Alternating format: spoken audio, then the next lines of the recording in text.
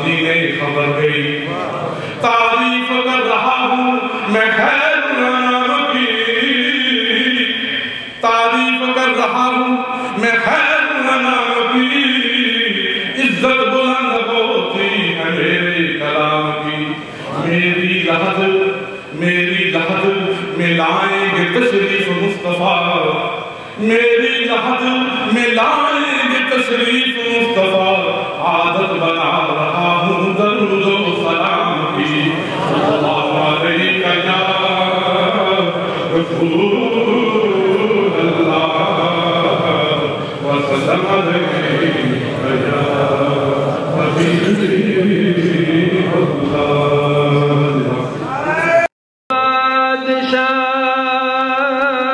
बरदे प्याला नूर का,